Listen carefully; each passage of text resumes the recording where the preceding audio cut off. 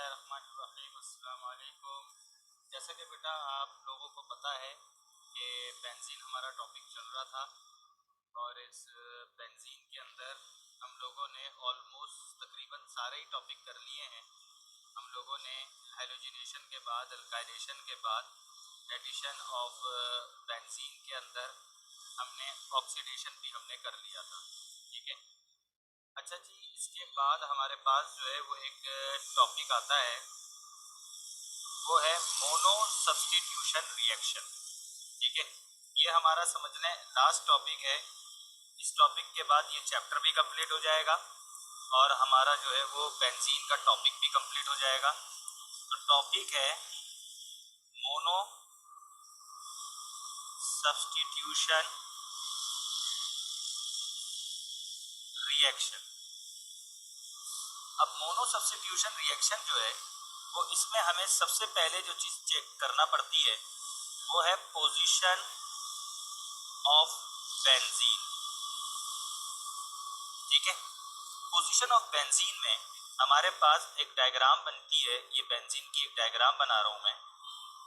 अब इस बेंजीन में हर जगह कार्बन लगा हुआ है, 1 2 3 4 5 और 6, और 3 हमारे पास जो डबल बॉन्ड।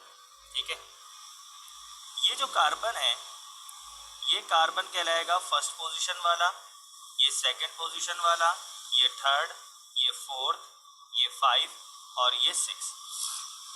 ठीक है जी। तो अब यहाँ पर हम इस पोजीशन के नाम रखते हैं। तो पोजीशन 2 और 6 जो है इसको हम कहते हैं ऑर्थो। ये ऑर्थो पोजीशन होती है, यानी कि मैं ग्रीन कलर से बता रहा हूँ। ये 2 और 6 ये बिल्कुल सामने सामने वाली। बिल्कुल इसी तरीके से पोजीशन 3 और 5 जो है इसको हम कहते हैं मेटा पोजीशन, जो कि मैं येलो कलर से बता रहा हूँ। ये 3 और बिल्कुल उसके सामने वाली। ठीक है, यानी कि ये वाली हो गई आपके पास ऑर्थो और ये हो गई मेटा पोजीशन। इसी तरीके से पोजीशन नंबर 4 जो है वो ये कहलाती है पैरा पोजीशन, जिसको मैं पर्पल रंग से बता रहा हूँ। ठीक है, ये आपके पास है पैरा पोजीशन। अब आपके पास एक पोजीशन रह गई, वो है पोजीशन 1। सही है, उसको हम कहते हैं मोनो। Case mono. और चूंकि हमारा टॉपिक जो है वो मोनो सब्स्टिट्यूशन रिएक्शन है, तो इसका मतलब है इस 1 पोजीशन को हम कहेंगे मोनो सब्स्टिट्यूशन रिएक्शन। यानी कि अब आप समझ जाएंगे कि अब हम यहाँ पर जो सब्स्टिट्यूशन करेंगे वो सब्स्टिट्यूशन हम करेंगे इस पोजीशन के साथ। फिर से आप देखें, 2 और 6 ये ऑर्थो पोजीशन कहलाती है, 3 एंड 5 ये मेटा पोजीशन कहलाती है, 4 जो है वो पैरा पोजीशन कहलाती है और 1 जो है वो मोनो कहलाती है। इसलिए हम इसको मोनो सब्स्टिट्यूशन रिएक्शन कहते हैं, यानी कि हम कार्बन की पोजीशन नंबर 1 पे सब्स्टिट्यूशन करेंगे। ठीक है, एग्जाम्पल हम लेते हैं। हमारे पास एक बेंजीन रिंग है। ठीक है, उसके साथ हम लगाना चाह रहे हैं मिथाइल CH3। ठीक है, तो अब ये CH3 कहाँ आके लगेगा? ये आपकी जो इस पोजीशन का हाइड्रोजन है, ये हाइड्रोजन हटेगा और इसके साथ CH3 लग जाएगा और ये आपके पास बन जाएगा एक टॉलीन। ठीक है, ये टॉलीन बन जाएगा, इसको हम टॉलीन भी कह सकते हैं। और अगर हम IUPAC में नाम रखें तो हम इसको कहेंगे 1 मिथाइल बेंजीन। ठीक है जी, सिंपल है, ज्यादा मुश्किल बात है नहीं इसके। याद रखिएगा कि बेंजीन के साथ मिथाइल कब लगेगा इसमें एक स्टेप मिसिंग है और वो स्टेप आपको मालूम होना चाहिए कि देखें, आपके पास एक बेंजीन है। ठीक है, इस बेंजीन के साथ यहाँ पर हाइड्रोजन लगा हुआ है, तो बेंजीन कंप्लीट है। अब आप मोनो सब्स्टिट्यूशन रिएक्शन कर रहे हैं तो आपको यहाँ से हाइड्रोजन को रिमूव करना पड़ेगा। ठीक है, अब आपने हाइड्रोजन को रिमूव किया, -H कर दिया तो C6H6 में से एक H माइनस कर दिया तो C6H5 बन गया। यानी कि एक ऐसा बेंजीन बन गया जिसके अंदर यहाँ पर कुछ भी नहीं है। इसको हम कहते हैं फिनाइल। ठीक है, अब चूंकि ये इनकम्प्लीट हो गया, अब इसमें आसानी से CH3 लग सकता है और ये बन जाएगा आपका टॉलीन या 1 मिथाइल बेंजीन।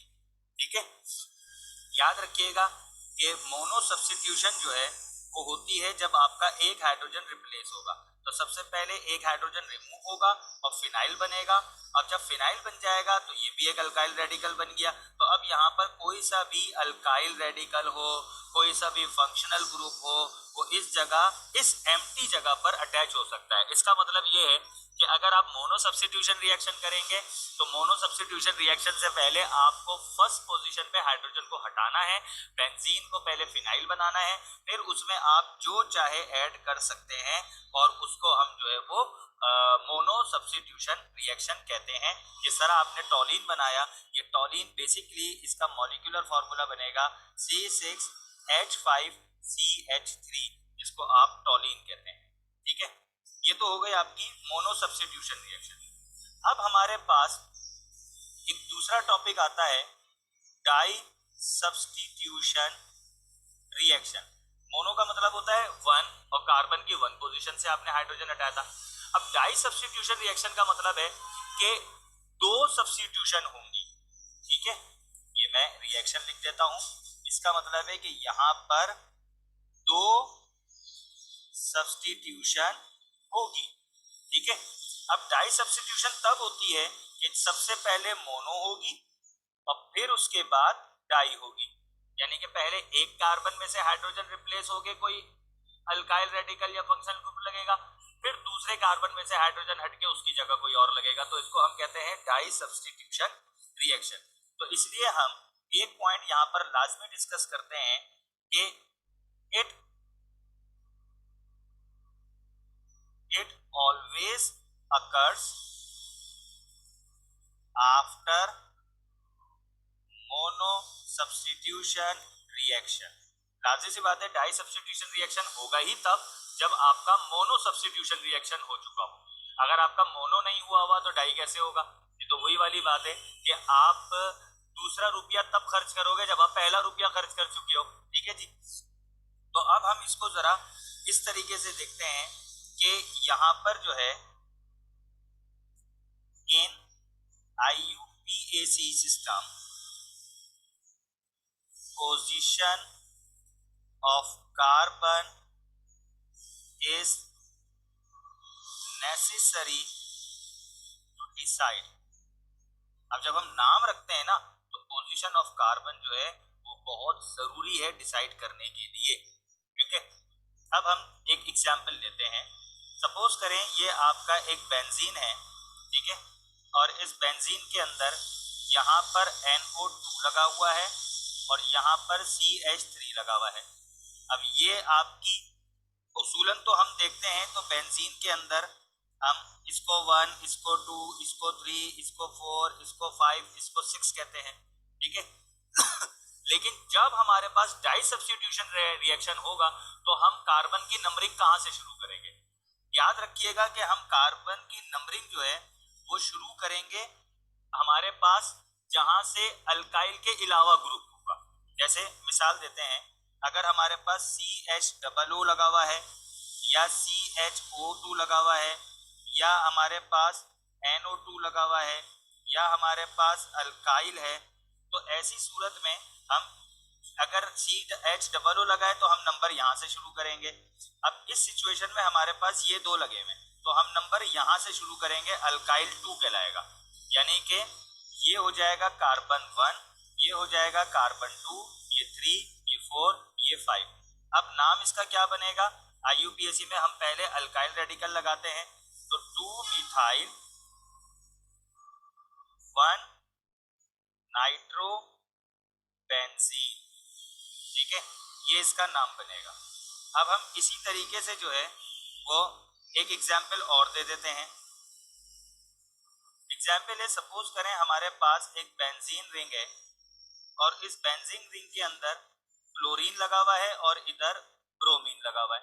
अब गौर से देखा जाए ये दोनों हैलोजिन है।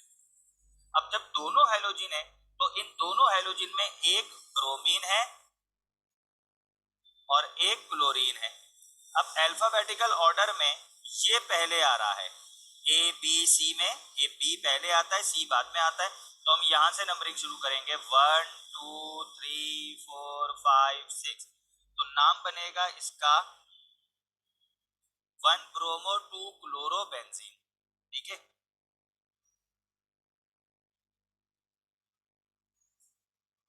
अच्छा जी। अब हमारे पास यहाँ पर अल्फाबेटिकल ऑर्डर वाली भी बात हो गई, इसको हम यू भी लिख सकते हैं, 2 क्लोरो 1 ब्रोमो बेंजीन। ठीक है, यू भी लिख सकते हैं। तो आपने नंबरिंग जो है वो अल्फाबेटिकल ऑर्डर में डालनी है। ठीक है, अच्छा जी। अब हमारे पास एक और टॉपिक है, ये टॉपिक भी हमारे पास आ गया। ये टॉपिक कहलाता है प्रिपरेशन ऑफ बेंजीन डेरिवेटिव्स। अब बेंजीन से हम जो है वो दूसरे कंपाउंड्स बनाने जा रहे हैं। ठीक है, इसको भी हम डाई सब्स्टिट्यूशन रिएक्शन की एग्जाम्पल्स के अंडर ही पढ़ेंगे। ठीक है, अब मिसाल के तौर पे हमारे पास एक बेंजीन था, इस बेंजीन में यहाँ हाइड्रोजन लगा हुआ था। हमने क्या किया, हाइड्रोजन को रिमूव किया, रिमूव करने के बाद हमने फिनाइल बना दिया। सही है भाई। अब फिनाइल में हमने क्या किया, CH3 ग्रुप हमने इसमें लगा दिया और ये हमारे पास एक 1 मिथाइल बेंजीन बन गया, जिसको हम टॉलीन कहते हैं। ठीक है भाई, ये बन गया। अब ये जो हमारे पास एग्जाम्पल आई है, ये आई है मोनो सब्स्टिट्यूशन रिएक्शन की, है ना भाई। हमने एक सब्स्टिट्यूशन रिएक्शन तो कर लिया।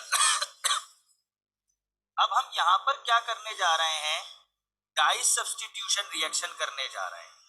ठीक है, अब मजे की बात आगे देखें। अब हमारे पास दो किस्म के एसिड हैं, एक है HNO3 और एक है H2SO4। सही है जी। अब होगा क्या कि इस HNO3 और H2SO4 इन दोनों के मिलाप से हमारे पास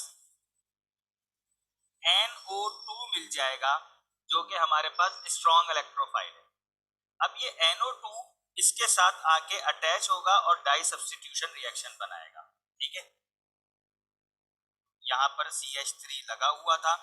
अब ये NO2 अगर इधर लगेगा, पहली बात, या NO2 इधर लगेगा, दूसरी बात, या NO2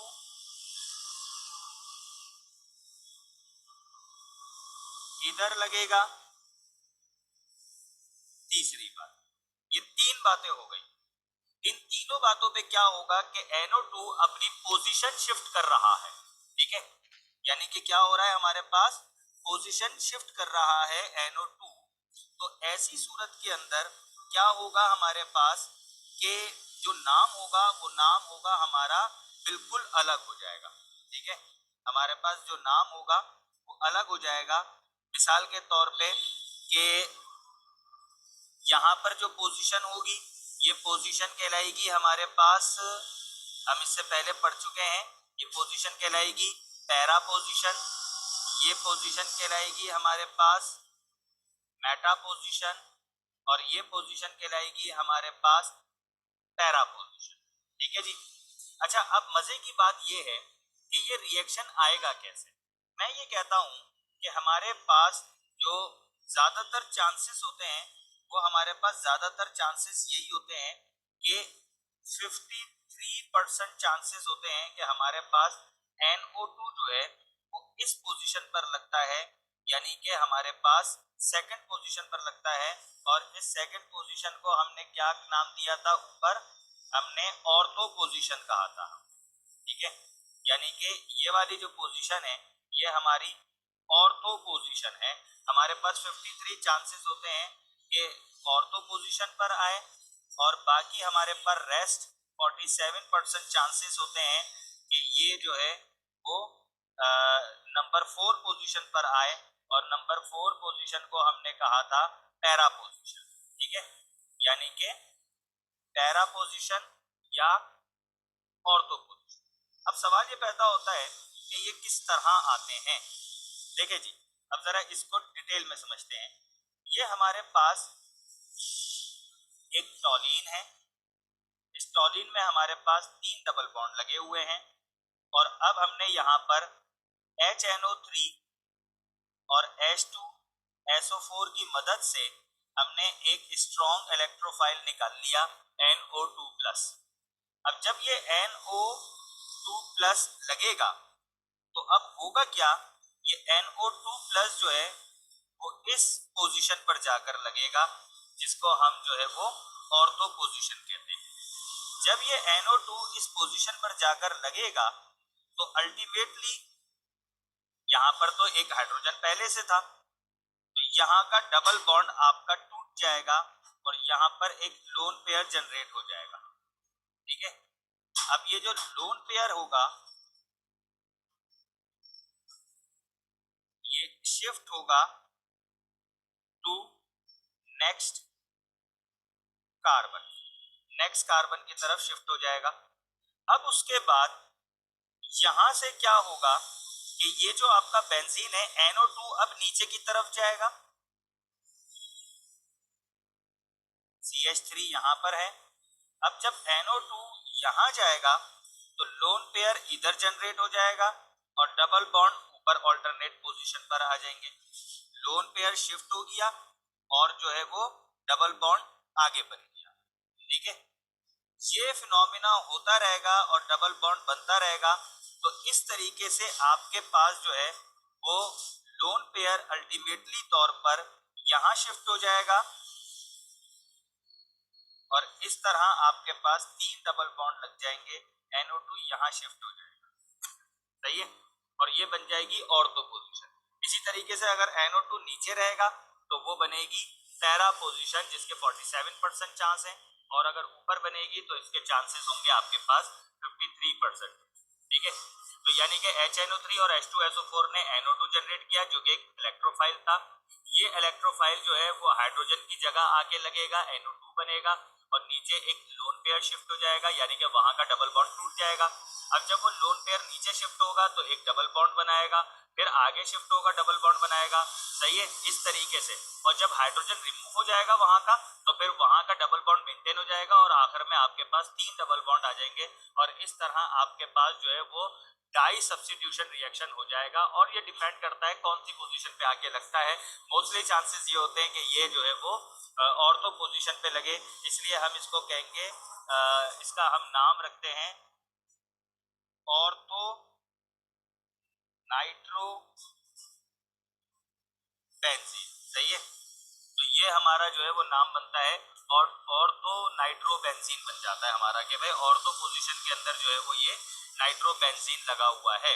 ठीक है, या आप यूं भी कह सकते हैं ऑर्थो नाइट्रो टॉलीन, टॉलीन के साथ ऑर्थो पोजीशन पे नाइट्रो लगा हुआ है क्योंकि हमने ऊपर वाले को मिस कर दिया था। ठीक है, तो यहाँ पर हमारा बेंजीन का जो टॉपिक है वो अल्हम्दुलिल्लाह कंप्लीट हुआ। इसकी प्रैक्टिस कीजिएगा, प्रैक्टिस करके आपको जो है वो और डिटेल में समझ में आएगा। कोई कंफ्यूजन हो तो आप जो है वो पूछ सकते हैं।